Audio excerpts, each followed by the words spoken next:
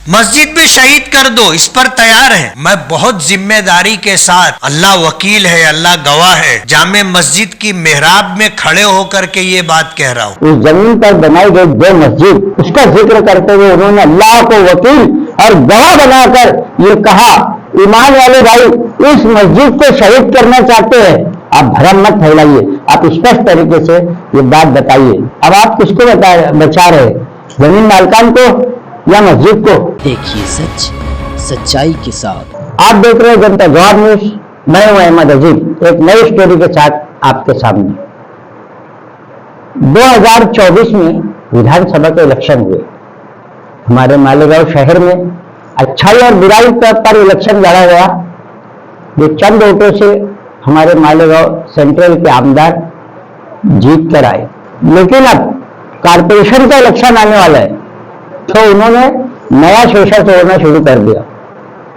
आइए आपको बताते हैं क्या है, लेकिन पहले कुछ पुरानी बातों पर हम नजर डाल लेते हैं। नए शोषे के पास जाने से पहले कुछ पुरानी बातों पर हम नजर डाल लेना चाहते हैं।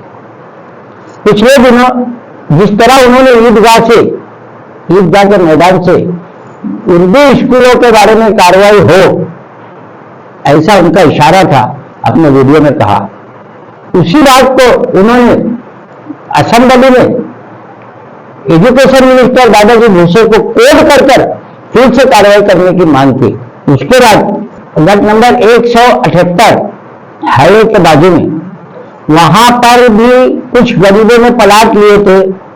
जमीन माफिया ने उसके अंदर अपना पूरा रोल निभाया और आखिर में तकलीफ हुई छोटे मोटे प्लाट लेने वाले गरीबों को।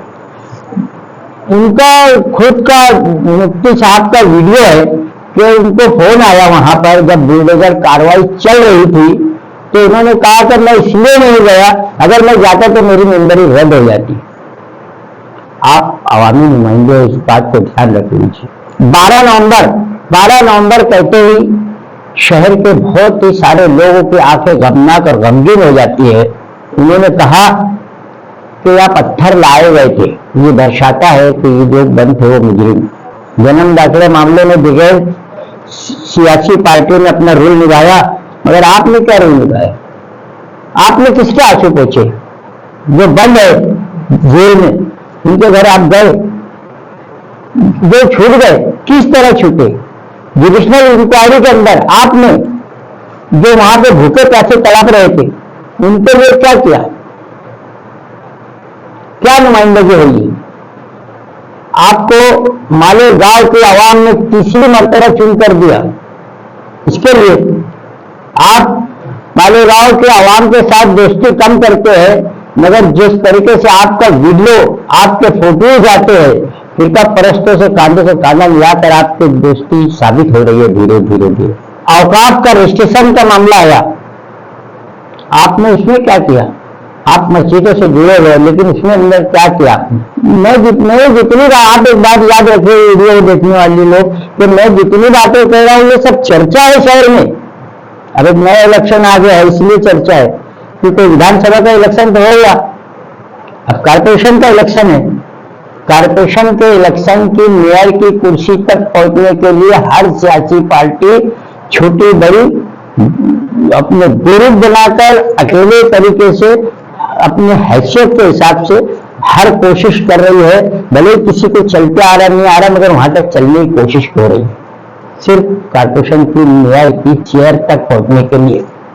ये सब धंधे। तो आइए देखते हैं इस मर्तबा हमारे शहर के आमदार साहब ने नया भरम क्या फैलाया। अभी कुछ दिनों पहले जामा मस्जिद के मेहराब से मेंबर के पास खड़े रहकर एक वो बयान कर रहे थे, और उस बयान में उन्होंने कहा जो बात वो हमको धचका लगने वाली है मालेगांव के आवाम को, और बहुत सेंसिटिविटी है इस बात के अंदर।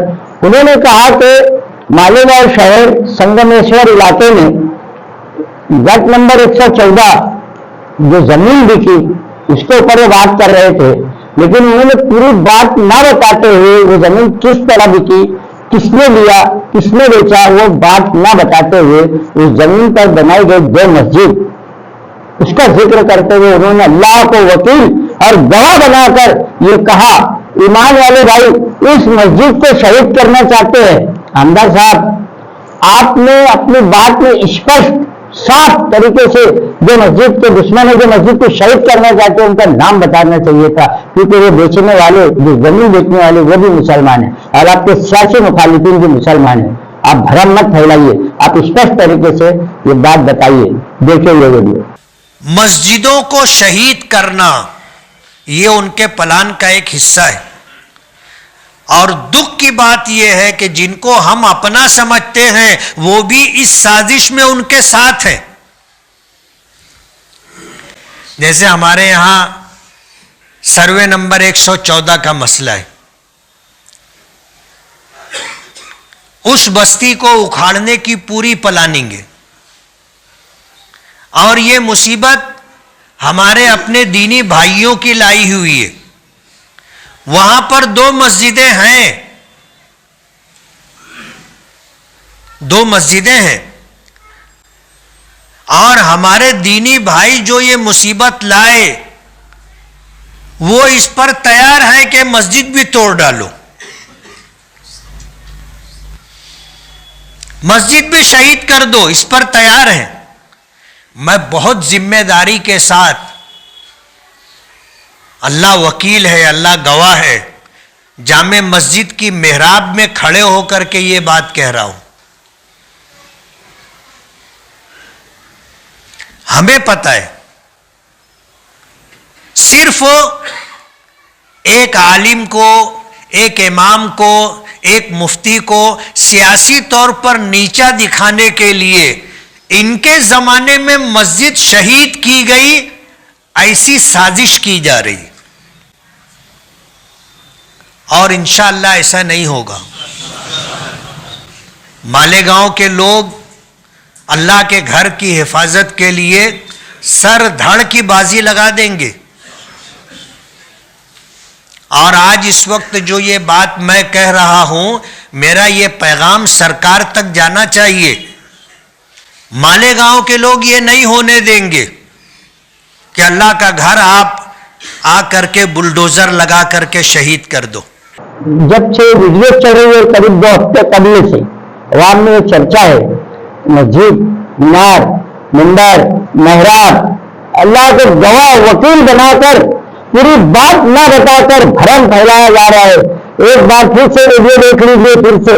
आणि दुसरा प्रश्न आहे की मालेगावमध्ये स्टॅम्प वेंडर जाकीर व आरिफ अब्दुल लतीफ या दोन्ही साथीदारांनी मिळून जमिनीवर रहिवासी बांधकाम केले व त्याची विक्री करून खरेदीदारांची व शासनाची फसवणूक केल्याचे निदर्शनास येत आहे। जवळपास 1600 बैलगोट्यांची नोंद आहे, आणि या बैलगोट्यांना तुम्ही बांधकाम परवाना देण्याची आवश्यकता होती, आणि उत्तरामध्ये दिलं की आम्ही बांधकाम परवाना कुठलाही दिलेला नाही। आणि म्हणून माझं माननीय मंत्री महोदयांच्याकडे स्पेसिफिक प्रश्न आहेत। जर DDR साहेबांनी आपल्याला चुकीची माहिती दिलेली आहे, कारण तुकडेबंदी कायदे असताना 16 तुकडे केलेले आहेत, DDR यांच्यावरती काय कारवाई करणार? नंबर 1, मालेगावचे उपविभागीय अधिकारी आहेत, यांनी 16/3/2013 मौजे संगमेश्वर तालुका मालेगाव येथील गट नंबर अमुक अमुक ही वर्ग 2 ची जमीन त्यांनी 1 केलेली आहे। म्हणजे उपविभागीय अधिकाऱ्यांनी चुकीच्या पद्धतीने परवानगी दिली होती, वर्ग भोगवटदार 2 ची जमीन 1 केली होती, आणि अप्पर जिल्हाधिकाऱ्यांनी त्यांनी रद्द केलेली आहे। आणि मग ही विसंगती आहे। माननीय उपविभागीय अधिकारी जे 2013 होते त्यांच्यावरती आपण कारवाई काय करणार आहात? नंबर 1। नंबर 2, DDR ने आपल्याला चुकीची माहिती दिली, त्याबद्दल DDR वरती आपण कारवाई काय करणार आहात? आणि मग तुम्ही जे 2 जण आहेत ज्यांनी ही जमीन फसवून लोकांना दिलेली आहे त्यांच्यावरती आपण फौजदारी गुन्हे दाखल करणार आहात का? आणि ज्या जमिनीमध्ये जो ग्रीन बेल्ट होता, ग्रीन झोन होता, ज्याच्यामध्ये कुठलाही बांधकाम परवाना नाही, बांधकाम परवाना नसताना तुम्ही मान्य केलं की कुठलाही बांधकाम परवाना दिला नाही, तिथं अनाधिकृत बांधकाम केलेली आहेत, ती अनाधिकृत बांधकाम तात्काळ निर्गमित करण्याच्या सूचना आपण देणार आहात का? हे माझे स्पेसिफिक प्रश्न आहेत। माननीय अध्यक्ष महोदय, माननीय गोपीचंद पडळकर यांनी अत्यंत महत्त्वाचा प्रश्न या सभागृहात आणला आहे।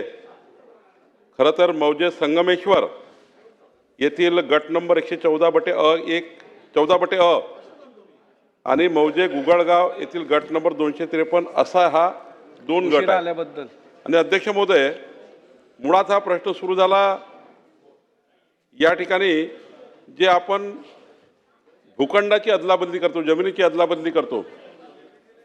अध्यक्ष महोदय, 2002चं परिपत्रक असं आहे की भूखंडाची अदलाबदली करायची असेल किंवा शेतीची अदलाबदली करायची असेल, तुम्हाला माझी जमीन, माझी तुम्हाला जमीन करायची असेल तर ती सलग असावी लागतं. पण आमचा हा महाशय जो आहे उदय किसवे ADO यांनी संगमेश्वरची जमीन गुगळगावला स्वॅप केली आणि गुगळगावची जमीन संगमेश्वरला स्वॅप केली, म्हणजे अदलाबदली केली. सलग असली पाहिजे ते परिपत्रक आहे, पण गावाच्या गावात बदलून टाकलं. आणि त्यामुळं उदय किसवे जो आमचे उपविभागीय अधिकारी आहे यांना आम्ही निलंबित करतो आहे आणि यांना निलंबित करून याची 1 महिन्याच्या विभागीय चौकशी करून पुढचे याची कडक शिक्षा याच्यावर आम्ही पुन्हा करणार आहोत.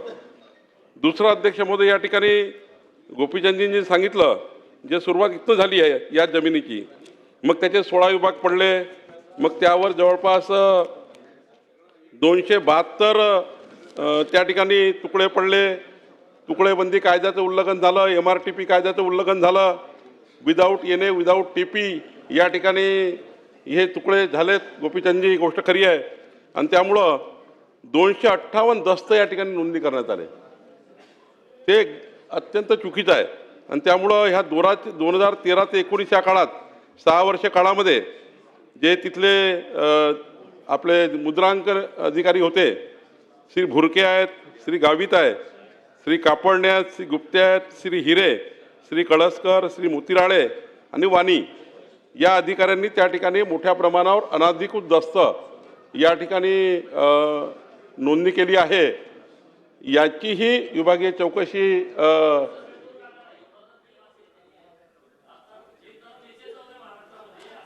पद्धतीनं जे अधिकारी काम करतायत, तर हे सगळं आता स्पष्ट झालंय की यांनी चुकीच्या पद्धतीनं त्यांच्या अधिकाराचा गैरवापर केलेला आहे. तर यांच्यावर पण निलंबनाची चौकशी करा, निलंबनाची कारवाई करा आणि त्यांची चौकशी लावा, ही माझी मागणी आहे आपल्याकडं. अध्यक्ष महोदय, 8 अधिकारी आहेत. 2013 ते 19 या काळातल्या 8 या ठिकाणी मुद्रांक अधिकाऱ्यांनी या चुका केल्या आहेत. मी उपविभागीय अधिकारी ADOला निलंबित केला आहे, पण मला माननीय गोपीचंदजीला विनंती करायची आहे की या 7 दिवसामध्ये या 8 अधिकाऱ्यांनी कुठले कुठले दस्त कसे कसे त्या ठिकाणी चुकीचे नोंदवले आहे याची संपूर्ण विभागीय चौकशी करून, किंवा प्रायमरी, आता तर विभागीय चौकशीला वेळ लागतो 1-1.5 महिना 2 महिने, प्राथमिक चौकशी करून अधिवेशन संपण्यापूर्वी याबद्दलची जी पुढची कारवाई ती पूर्ण करू. ती सभागृहाला मी जाहीर करील. पण आत्ता मात्र विभागीय चौकशी याची करून, पण उपविभागीय अधिकारी यांना मी निलंबित केला आहे. आणि या पूर्ण प्रकरणात स्टॅम्प व्हेंडर जाकीर, आरिफ अब्दुल लतीफ या 2 लोकांनी या ठिकाणी मोठ्या प्रमाणावर हे जे गैरव्यवहार केले याच्यामध्ये साथ दिली आहे. त्यामुळं या गैरव्यवहारामध्ये जे लोक असतील त्या सर्वांवर फौजदारी कारवाई करण्यात येणार आहे.